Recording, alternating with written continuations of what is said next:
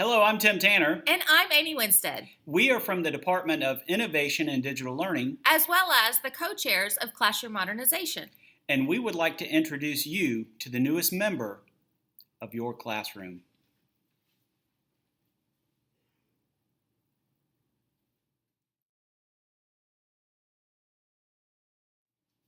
Amy, teachers may be wondering why we're replacing the smart boards with the Promethean panels. As you may know, we've had a lot of problems over the years with projectors, and we need to have them working in our classrooms.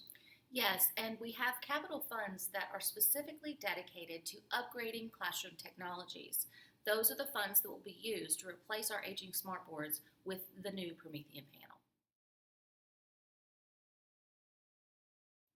We would now like to talk a little bit about the hardware features of your panel, and we're going to start on the left side of the screen where we have the control buttons. The first thing you're going to see is either a green light. Green is good, that means your screen is on. You'll also see the image on the screen. Or a red light. Red means that the power is turned off. If you see no light here, no light is not good. That means that power is not going to your screen. So there's an issue with power not being plugged in somewhere. We're going to talk about the buttons now. The first button on the left side is the power button, either on or off. That's where you can turn your screen on or off for the panel. The next one is the freeze button, and this is a feature that teachers really like. You'll notice when I press this in the top left, it says freeze is on.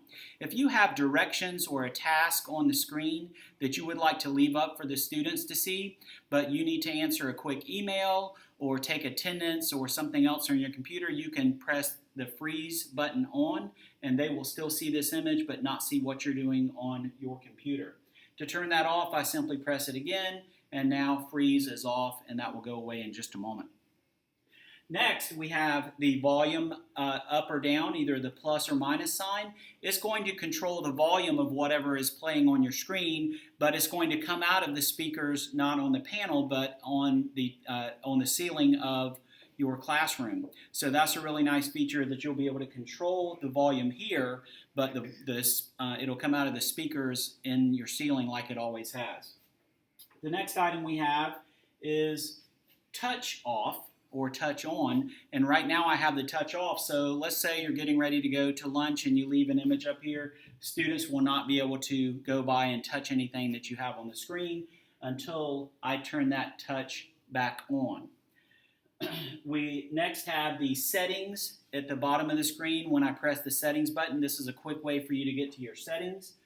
And then the next one is if I want to change the source, that's the source button is the last one. You'll notice right now on HDMI 3 there's a green light. That means that I have something plugged into that one. So any of them that have a green light beside them, I have something plugged in that I can select as a source. You will also be getting a new remote with your panel. On the remote, you're going to have some similar buttons as you do on the panel itself. The plus and minus sign there, that's for volume. This middle one right here, this 3 lines, that is to bring up your settings. The next one is to choose your source of the input, so your laptop or the Android brain that Amy's going to talk about. And then this next one is not on your panel, but this is a really nice feature. If I want to get the students' eyes back on me, I can simply press this and it will blank the screen and it'll put blank screen on. Once I finish talking to them, I can bring back what's up on the screen by pressing it again. And then the last one we've already talked about is the freeze.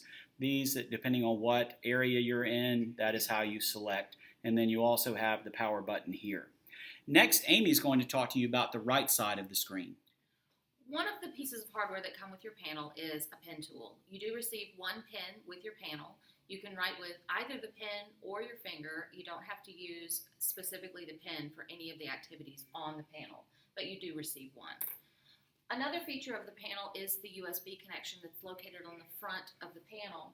So if you have a flash drive or a thumb drive, you can plug that in right here and it'll pull your files up on the panel.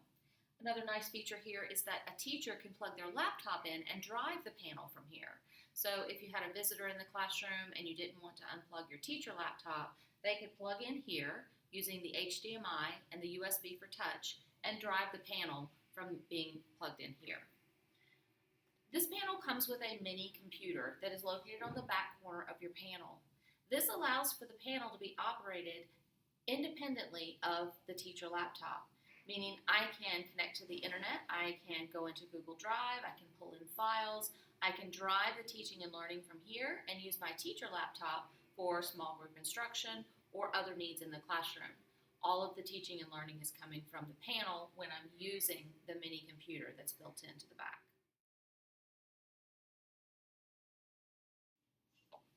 Amy, you were just talking to the teachers about the mini computer. I'm sure they're wondering how to navigate around. Could you show us a little bit about that? Absolutely. So one of the things that we mentioned previously was that the panel does come with a mini computer. So you can operate this panel without driving it through the teacher laptop. One of the most important features for probably getting started is finding the home button. So pink button with the 3 lines. You can move this around on the screen, so if you need your home button to be over here when you're doing teaching and learning with your students, that's definitely what you can do with that. So when you hit the home button, it gives you 3 places to navigate quickly. One is home, so this hovers on top of anything else that you've gone to. So if you're on Google Chrome navigating the internet and you want to get back to the home screen, you would just tap that and it would take you right back here. Another thing that you can do is open up a very quick whiteboard app. So once you've tapped whiteboard, you have pen tool over here. You can choose a color and you can start writing, putting something important up there for your students. Closing that out.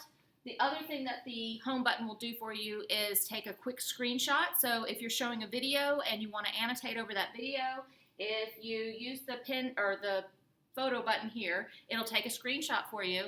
And then the pen tools come up just like they did with the whiteboard, and then you can annotate over whatever you have taken a screenshot of, and you can save that to the panel here. There's a save button right here.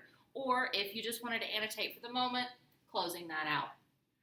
As a reminder, teachers, it's always a good idea and best practice to authenticate when you're using the panel just like you've always done on your teacher laptop. So authenticate to the CCSD network on the panel and on your teacher laptop. Now, Amy, we've talked about accessing items on the panel. Can teachers access their Google Drive account? They sure can. So again, driving the panel with the mini computer, you do have Google Apps available to use on the panel. One of those Google Apps is Google Drive. So when I tap there, I've already logged into my Google Drive. The first time you do this, it would prompt you to log into your CCSD Google Drive. I have access to all of the files that I may need for teaching and learning in my classroom, such as a Google slide. When I'm done with accessing Google Drive, I can find the home button, choose home, and it takes me right back to my home screen.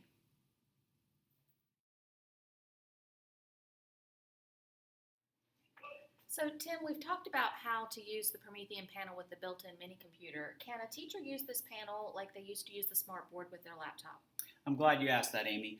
From day one, as soon as you get in your classroom with your new Promethean panel, you will be able to use this the same way with all of the same programs you were using before. If you have it on your laptop, you can use it on this panel. One example is Smart Notebook. As your presentation software. You could also use it with Google Slides, PowerPoint, or as I said, any other program. I'm going to toggle over using the source changer. We already talked about this button earlier. I'm going to press on this. Notice I will see 2 green buttons. Here is my source now. I'm going to press on VGA to change over, and then we will open Smart Notebook to show how we can use that. And I'll use the pen tool here.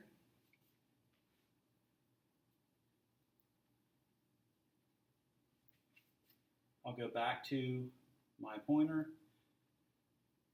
And as you can see, you can do all of the things that you would normally do in your Smart Notebook lesson. So that's one example. You can also use PowerPoint. You can use Google Slides or any other program as you normally would with your smartboard. It's just now you have a wonderful Promethean panel that does not have a projector.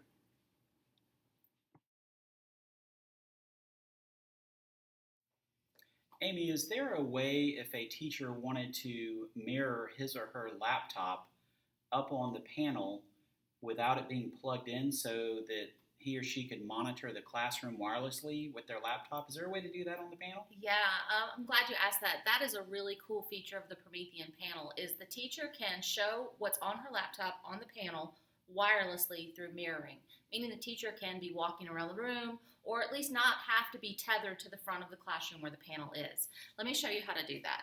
There is a built-in app on the panel called ActiveCast. And when a teacher opens ActiveCast, it gives some options on how to mirror to the panel. One thing I want to point out is that you can have up to 2 devices mirroring at the same time. You don't have to have 2, but you can have up to 2. A QR code is provided so that someone could scan the QR code to start the mirroring process. Another option for a teacher is to generate a PIN code. And so the person wanting to mirror would have to have this PIN code to be able to mirror to the panel. There's also a second layer of security for the classroom teacher. Tim is asking to mirror his device right now to the panel, and the teacher has to choose allow before that will show up. So the teacher could choose allow, and now what you're seeing up here is an untethered laptop on the Promethean panel. So the teacher could be walking around, still going through the Google Slides presentation so that the students can see it, but the teacher is much more mobile.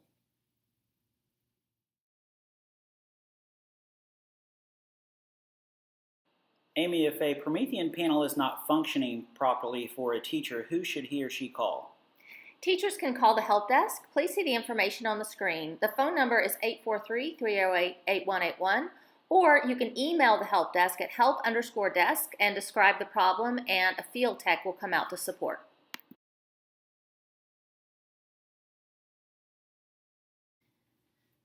Thank you so much for taking some time to watch the introduction video for the Promethean panels. If you're interested in learning more about using the panel in the classroom, we will be offering courses and workshops through the Innovation and Digital Learning Department. Please keep your eyes out and your ears open for advertisements for those courses and workshops. We'll also be sharing a website with you that's going to have help videos and how-to information on there, so be on the lookout for that as well. And also, if you go on YouTube, Promethean has a channel and ClassFlow has a channel. And as always, if you have any questions, please reach out to the specialist that serves your school in the Department of Innovation and Digital Learning, and we'll see you around Charleston.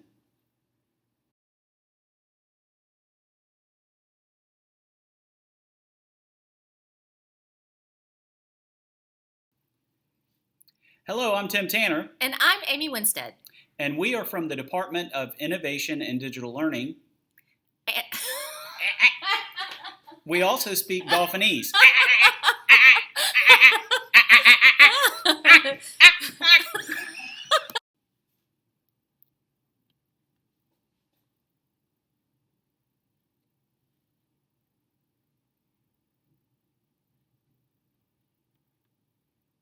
That's good, I think. You think that's all right, or should we go? Amy. I got it. I lost it. Okay.